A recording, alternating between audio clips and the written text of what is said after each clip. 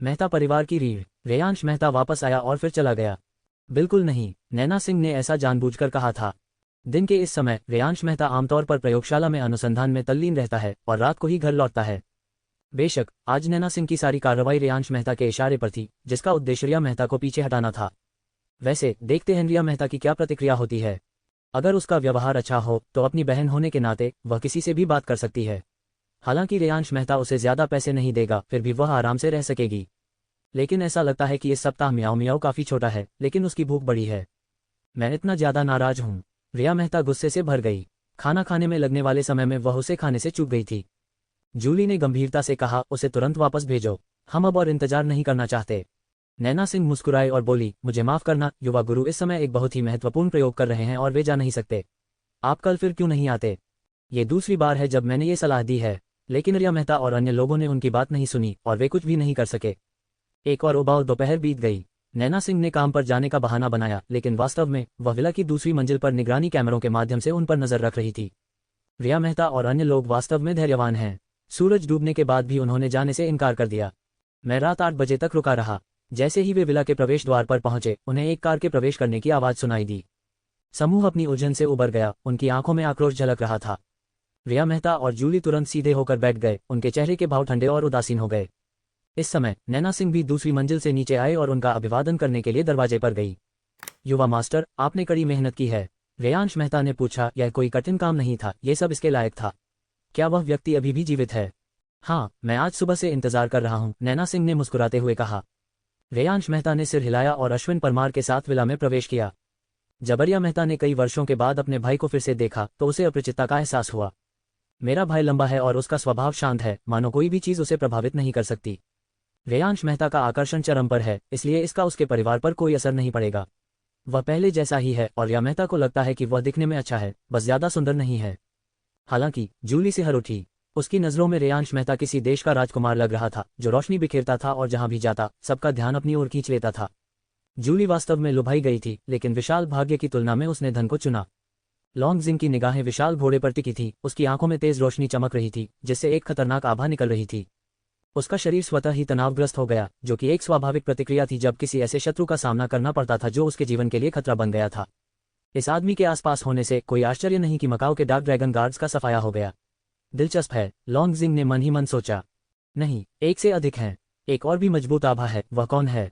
Long जिंग ने भौहें चढ़ाईं। Malaysia उसे एक पहाड़ जैसा लग रहा था, लेकिन पहाड़ के पीछे एक बड़ा आतंक छिपा हुआ था जिसे वह समझ नहीं पा रहा था।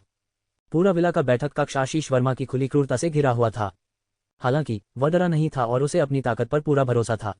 इस दुनिया में वह अकेले युद्ध कौशल के मामले में अजेय था।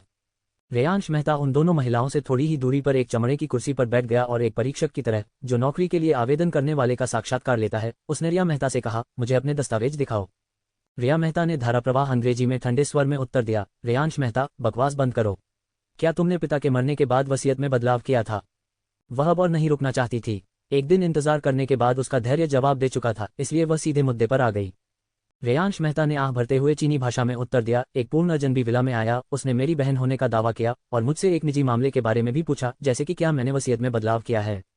क्या वह सचमुच सोचता है कि वह कोई महत्वपूर्ण व्यक्ति है? रेयांश मेहता अचानक खड़ा हो गया और उसके पीछे वाला बड़ा घोड़ा तुरंत आगे बढ़ा, मानो रिया मेहता को भगाना चाहता हो। मलेशिया की भयावह आभा से घिरा यह व्यक्ति प्रसिद्ध अमेरिकी फिल्म स्टार की आंखी से भी अधिक प्रभावशाली था और उसके ऊपर काले बादलों की तरह दमनकारी भावना मंडरा रही थी। रिया मेहता दुखी दिख रही थी और वह केवल अपना पासपोर्ट निकाल सकती थी, रेयांश मेहता का रास्ता रोक सकती थी और उसे दिखाने के लिए उसे एक हाथ में पकड़ सकती थी। नाम सही है और उम्र भी सही है, इसलिए मैं अभी के लिए मान लूंगा कि तुम मेरी बहन हो। रेयांश मेहता फिर से बैठ गया और शांति से मुस्कुराया। वह उसे स्वीकार करने से इनकार कर सकता था और रिया मेहता को दूर भेज सकता था। हालांकि ये सबसे सही समाधान नहीं है। आखिरकार लॉन्ग जिंग की मदद से रिया मेहता अभी भी विभिन्न संबंधों और साधनों के माध्यम से अपनी पृष्ठभूमि साबित कर सकती थी यदि वह चाहती। इसके अलावा उसे बाहर निकालने से वह काय प्रतीत होगा, और अगर यह बात फैल गई कि विरासत के मुद्दे के कारण उसने अपनी बहन को स्वीकार करने की हिम्मत नहीं की, बेहतर होगा कि इसे खुलेआम स्वीकार कर लिया जाए। रेयांश मेहता का व्यक्तित्व हमेशा शांत और शांत रहा है और वह केवल दिल से काम करता है। दूसरों को मजबूत होने दो, वह पहाड़ पर बहती हवा की तरह कोमल रहता है। रिया मेहता ने आत्मसंतुष्ट होकर कहा, देखते हैं अब तुम क्या कहना चाहती हो। तुमने जरूर पिताजी की वसीयत बदल दी होगी और वह विरासत हड़प ली होगी जो हकदार मेरी थी। अन्यथा मुझे अपने पिता की मृत्यु की खबर संयुक्त राज्य अमेरिका में क्यों नहीं मिली, बल्कि मैंने इसे समाचारों में देखा। उनकी सिर्फ एक बेटी है, मैं। वह अपनी सारी विरासत तुम्हें नहीं दे सकते। तुम जरूर लालची रहे होगे। रेयांश मेहता ने अपने नौकर से महंगी शैंपेन की एक बोतल मंगवाई, बोतल खोली और उसे सीधे अपने गले के नीचे पी लिया, जिससे उसका खर्चीला स्वभाव प्रदर्शित हुआ। शराब की बोतल पकड़े हुए रेयांश मेहता ने मंदारिन में कहा, क्या आप मुझसे विरासत के बारे में बात करना चाहते हैं? तो फिर मुझसे मंदारिन में बात करो, बकवास करना बंद करो, वरना तुम लाइट हाउस वापस जा सकते हो। इतने सालों बाद तुम अपनी गृहनगरी की बोली भी भूल गए हो। तुम्हें अपने बड़े भाई का पूरा सम्मान करना चाहिए। तुम्हारे माता पिता के चले जाने के बाद सबसे बड़ा बेटा ही पिता है। मुझे लगता है कि तुम्हें 5000 साल के ज़िया साम्राज्य के इतिहास में संचित सबसे बुनियादी शिष्टाचार सिखाना जरूरी है। रेयांश मेहता की आवाज़ धीरे धीरे गहरी होती गई, जिससे अधिकार की एक अदम्य आभा फैलती गई। रिया मेहता दंग रह गई। वह वापस सोफे पर जूली के पास बैठ गई। वह सचमुच डरा हुआ था। इस समय रेयांश मेहता के चेहरे पर भयानक उदासी थी, मानो कोई ज्वालामुखी फटने वाला हो और धुंध में लिपटा हो। जूली को बिल्कुल भी पता नहीं था कि रेयांश मेहता क्या बात कर रहा था और वह पूरी तरह से हैरान थी। रिया मेहता ने टूटी फूटी मंदारिन में कहा, मैं अपनी सारी विरासत पाना चाहता हूँ। रेयांश मेहता ने शराब की बोतल अपनी गोद में रखी, उपहास किया और कहा, आपके पास कोई विरासत नहीं है। यदि आप अपने पिता द्वारा स्वयं लिखी गई वसीयत देखना चाहते हैं तो मैं आपको दिखा सकता हूँ, लेकिन यह इस शर्त पर है कि आप इसे समझ सकें। रेयांश मेहता ने लिविंग रूम में लगी बड़ी स्क्रीन को चालू किया और अपने फोन पर वसीयत की एक तस्वीर प्रक्षेपित की। रिया मेहता ने विषय वस्तु को शून्य दृष्टि से देखा, उसे कुछ भी समझ पाने में असमर्थ रहा। नैना सिंह ने उसे जोर से पढ़ा। वसीयत में ये शर्त रखी गई थी कि मेहता परिवार की सारी संपत्ति और कर्ज रेयांश मेहता को विरासत में मिलेंगे, जिसमें मेहता परिवार के मुखिया का पद, पैतृक पूजा और रिश्तेदारों से मिलने से जुड़ी सभी जिम्मेदारियां और दायित्व शामिल हैं। चाहे वे रिश्तेदार हो या नहीं, रेयांश मेहता को देखना ऐसा था मानो वे मुंबई में मेहता परिवार के मुखिया को देख रहे हों। रिया मेहता का जिक्र तक नहीं था। मेहता परिवार की जड़ें मुंबई टाउनशिप के लोंगवुंग गांव में हैं। हर साल किंगमिंग त्योहार के दौरान दादा मेहता अपने पूर्वजों, दादा दादी और पूर्वजों को श्रद्धांजलि देने के लिए अपने गृहनगर लौटते थे। रेयांश मेहता ने ठंडे स्वर में उत्तर दिया, यह मेरे पिता ने स्वयं लिखा था और इसे पेशेवर कानूनी सलाहकार द्वारा प्रमाणित किया गया है। मैं मेहता परिवार का मुखिया और उसकी रीढ़ हूँ। रिया मेहता को यह अनुमान था कि रेयांश मेहता उसे वसीयत दिखा देगा। उसने शांतिपूर्वक टूटी फूटी मंदारिन में उत्तर दिया, आपने पिताजी को इसे लिखने के लिए मजबूर किया होगा। ये निश्चित रूप से ऐसा कुछ नहीं था जो पिताजी ने स्वेच्छा से किया हो। यह नकली है। मैं असली वसीयत देखना चाहता हूँ। मुझे यकीन नहीं है कि मेरे पिता को मेरी परवाह नहीं है। ये सुनकर रेयांश मेहता जोर से हंस पड़ा। हा, क्या तुम्हें नहीं लगता कि तुम हास्यास्पद हो? यदि आपने उस समय अपने पिता के रुकने के अनुरोध को अस्वीकार कर दिया होता और इतने दृढ़ नहीं होते तो शायद वे आपके प्रति कुछ नरमी बरतते। लेकिन उस समय तो तुमने उसे बहुत दुख पहुंचाया था। जब तुमने उसका हाथ छोड़ा और अपनी माँ के पैर पकड़कर अमेरिका चली गई, तो क्या तुमने एक बार भी उसके बारे में सोचा? पिछले कई वर्षों में जब आप अमेरिका में थे, क्या आपने कभी उन्हें फोन किया या पत्र लिखा? जब आपके पिता बीमार पड़े और बेहद हताश थे, तब आप कहाँ थे? क्या आपने कभी उनकी बुढ़ापे और कमजोरी के बारे में सोचा या कभी वापस आने के बारे में सोचा? अब जब वह मर चुका है तो तुम खबर देखो और उसकी विरासत के लिए लड़ने वापस आओ। तुमने ये पहले क्यों नहीं किया? ज्येष्ठाधिकार के गहरे जड़ जमाए पारंपरिक विचारों को एक तरफ रखते हुए आपने इतने वर्षों में अपने पिता के लिए क्या किया है? क्या आपको लगता है कि आपके पिता अब भी आपकी परवाह करते हैं? यदि आप ये साबित करना चाहते हैं कि आपके पिता अभी भी आपके दिल में हैं, तो कृपया अपने फोन से अपने पिता की तस्वीर निकाल लें। रेयांश मेहता ने रिया मेहता को गौर से देखा और उसके शब्द उसके दिल पर एक गड़गड़ाहट वाले ड्रम की तरह गिरे। उपस्थिति और भाषण के संदर्भ में रिया मेहता की तुलना रेयांश मेहता से कैसे की जा सकती है, जो कई वर्षों से मेहता इंडस्ट्रीज के प्रभारी रहे हैं। रिया मेहता घबराई हुई दिख रही थी। उसने अपना फोन पकड़ रखा था और उसे निकालने से इनकार कर रही थी। मजाक कर रही हूँ। वह तो ये भी भूल गई है कि उसके पिता कैसे दिखते हैं। रेयांश मेहता ने शराब का घूंट लिया और हंसते हुए बोला, मुझे मत बताओ कि तुम्हारे पास अभी एक भी तस्वीर नहीं है। हालांकि मेरे पिता एक छोटे से रियल एस्टेट डेवलपर हैं, लेकिन वे कई बार खबरों में रहे हैं। अगर तुम चाहो तो पता कर सकते हो। आपके पास यह नहीं है ना? रिया मेहता असमंजस में थी, बोल नहीं पा रही थी। उसकी आंखें खाली थीं और उसे ऐसा लग रहा था जैसे वह सचमुच किसी की बहुत बड़ी कर्जदार है। वह नहीं जानती थी कि क्या करे। हालांकि जूली समझ नहीं पा रही थी कि रेयांश मेहता क्या कह रहा है, लेकिन उसे पता था कि उसे रिया मेहता का हौसला बढ़ाना होगा। उसने फुसफुसाते हुए कहा, डरो मत और उसकी बातों पर ध्यान मत दो। रेयांश मेहता बस खुद को दोषी महसूस कर रहा है और तुम्हें छोड़ने के लिए मजबूर कर रहा है। जब तक तुम इस बात पर अड़ी रहोगी कि उसने वसीयत बदल दी है, वह तुम्हारा कुछ नहीं बिगाड़ सकता। रिया मेहता ने संयुक्त राज्य अमेरिका के उच्च वर्ग में प्रवेश करने की अपनी इच्छा को याद किया और दांत पीसते हुए रेयांश मेहता से कहा, हो सकता है कि मेरे पास यह न हो, लेकिन इससे यह साबित नहीं होता कि पिताजी को मेरी परवाह नहीं है। तुमने जरूर वसीयत बदल दी होगी। अगर तुम मेहता परिवार को नहीं सौंपोगे तो मैं तुम पर कोई दया नहीं दिखाऊंगा। मैं तुम्हें अदालत में ले जाऊंगा। बेहतर होगा कि आप कोई मजाकिया कोशिश न करें। मुझे विरासत में 100 अरब चाहिए। रेयांश मेहता हंसा, सोच रहा था कि रिया मेहता को आत्मविश्वास कहाँ से मिला। क्या ये ड्रैगन किंग से आया? तुरंत 100 बिलियन की मांग करना। ऐसा लगता है जैसे उसने अपने दिमाग में अनगिनत बार इसकी गणना की है। उन्होंने बिना अपना भाव बदले कहा, तुम पैसे के पीछे पागल हो। मैं कल्पना भी नहीं कर सकता कि इतने सालों तक तुमने अमेरिका में किस तरह का जीवन जिया है, तुम इतने अविवेकी कैसे हो गए हो। मेरे पिता के निधन से पहले मेहता परिवार की अचल संपत्ति केवल 30 अरब से ज्यादा थी। बाकी सब मैंने अपनी मेहनत से कमाया था।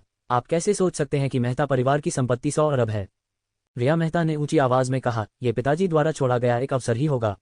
अपनी योग्यताओं से तुम 100 अरब से ज्यादा कैसे कमा सकते हो। इसलिए पिताजी द्वारा छोड़ी गई कोई भी चीज भी विरासत के दायरे में आती है। रेयांश मेहता ने जिस तरह से उसकी ओर देखा वह ऐसा था मानो वह किसी मानसिक रूप से विकलांग व्यक्ति को देख रही हो। अब उसे समझ आ गया था कि उसकी बहन दबंग और अविवेकी व्यक्तित्व की थी। शायद जब मैं बच्चा था तब इसके संकेत मिले थे, लेकिन उन पर ध्यान नहीं दिया गया। रेयांश मेहता ने व्यंग्यपूर्वक कहा, ऐसा लगता है कि मैं आपके साथ तर्क नहीं कर सकता। मैं तुम्हें एक आखिरी मौका दे रहा हूं। मैं तुम्हें 2 विकल्प देता हूं। पहला, वास्तविकता का सामना करो और अनुचित व्यवहार करना बंद करो।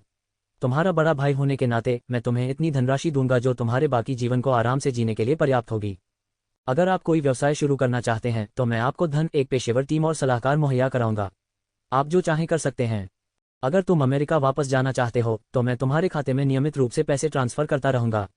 ये पैसा तुम्हारे बाकी दिनों में आराम से जिंदगी बिताने के लिए काफी है। दूसरा, यदि आप परेशानी पैदा करना जारी रखते हैं तो मैं दिखावा करूंगा कि आप मेरी बहन के रूप में कभी अस्तित्व में नहीं थी और मैं मेहता परिवार के मुखिया के रूप में आपके साथ सभी संबंध पूरी तरह से तोड़ दूंगा। मैं तुम्हें मुंबई से बाहर निकालने के लिए हर संभव प्रयास करूंगा या मैं तुम्हें हमेशा के लिए मुंबई में ही रहने पर मजबूर कर दूंगा। कोई दया न दिखाते हुए रेयांश मेहता की जानलेवा आभा उसकी आंखों से फूट पड़ी, जिससे कमरे की हवा कई डिग्री तक ठंडी हो गई। रिया मेहता भी उत्तेजित हो गया और उसने चुनौती देते हुए कहा, मुझे परवाह नहीं है, तुम्हें विरासत आज ही लौटानी होगी। ये देखकर कि उसने अपनी पसंद बना ली है, रेयांश मेहता उस मूर्ख से बहस करने में बहुत आलसी हो गया। वह खड़ा हुआ, हाथ हिलाया और बोला, उसे भेज दो। अब से वह मेरी बहन नहीं रही। तुरंत ही अश्विन परमार ने एक लोहे के चेहरे वाले रोबोट की तरह रिया मेहता और जूली को भगाने के लिए अपनी 2 मोटी भुजाएं फैला दी। इस समय लॉन्गजिंग ने आखिरकार अपनी चाल चली, आशीष वर्मा के सामने खड़ा हो गया और उनकी आंखें बिजली की तरह टकरा गईं। आशीष वर्मा को पहले से ही लॉन्गजिंग की पहचान पता थी और उन्होंने मुस्कुराते हुए कहा, चलो लड़ते हैं। लॉन्गजिंग ने गहरी अभिव्यक्ति के साथ कहा, मैं आज यहाँ लड़ने के लिए नहीं आया हूँ। इस मामले का फैसला कानून द्वारा किया जाएगा। चूंकि तुम इतने जिद्दी हो रेयांश मेहता, तो इसे वकीलों पर छोड़ दो। उन्होंने अभी तक कोई कदम उठाने की योजना नहीं बनाई थी। उन्हें सर्वोत्तम परिणाम तभी प्राप्त होंगे जब वे उस समय कदम उठाएंगे जब रिया मेहता निराशा में हो। उस समय रिया मेहता न केवल उसका व्यक्ति होगा बल्कि उसका दिल भी उसका होगा। रेयांश मेहता ने उसकी तरफ एक नज़र डाली, क्योंकि वह अच्छी तरह जानता था कि वह क्या कह रहा है, और पूछा, और तुम कहाँ से आए हो, छोटे बदमाश। लॉन्गजिंग ने अहंकार से कहा, तुम छोटे बदमाश, तुम बाद में देखोगे कि मैं तुम्हारा भगवान हूँ। रेयांश मेहता ने व्यंग्य करते हुए कहा, आजकल के युवा लोग बहुत अज्ञानी हैं। लॉन्गजिंग उस समय रेयांश मेहता के साथ बहस करने के लिए बहुत आलसी था, इसलिए उसने उसे अनदेखा कर दिया और रिया मेहता की ओर मुड़कर कहा, म्याओ म्याओ, चलो, मैं वादा करता हूं कि उसे आज अपने किए पर पछतावा होगा। ये देखते हुए कि स्थिति उनके नियंत्रण से बाहर थी, रिया मेहता और जूली ने और अधिक देर तक रुकने की हिम्मत नहीं की। वे तीनों बिना एक क्षण की भी हिचकिचाहट के ब्लू माउंटेन विला से चले गए। मैं कल न्यायिक प्रशासन ब्यूरो जाकर रेयांश मेहता पर वसीयत में बदलाव करने का मुकदमा करने की योजना बना रहा हूं। लोंगशिंग ने पहले ही पूरे जिया साम्राज्य के सबसे प्रसिद्ध पेशेवर वकील को नियुक्त कर लिया है। अगर कोई शर्त न भी हो तो भी वे शर्तें बना सकते हैं। ... रिया मेहता और उसके समूह के चले जाने के बाद लिविंग रूम में बैठे रेयांश मेहता शांत और अप्रभावित रहे। दूसरी ओर नैना सिंह रिया मेहता के चरित्र से बहुत क्रोधित और पूरी तरह निराश थी। अमेरिका में बच्चे बड़े होते हैं तो यही होता है, वे इतने घमंडी कैसे हो सकते हैं, अमेरिका में भी हमेशा ऐसा ही होता है। ठीक तभी सिस्टम की आवाज रेयांश मेहता के दिमाग में गूंज रही थी। पता चला है कि होस्ट ने dragon battle in the Wilde's के पुरुष नायक के साथ औपचारिक संपर्क स्थापित कर लिया है। दोनों पक्षों के बीच संघर्ष तीव्र है। अब मिशन जारी किया जा रहा है। जब लोंगसिंह को जिया साम्राज्य छोड़ने के लिए मजबूर किया जाएगा तो मिशन पूरा माना जाएगा। 1 पुरस्कार, उत्तम आर्क रिएक्टर प्रौद्योगिकी। 2 विस्फोट पुरस्कार, भगवान स्तर की सैन्य और कौशल वस्तुएं। सिस्टम की आवाज ने रेयांश मेहता को तुरंत उसके विचारों से बाहर निकाल दिया।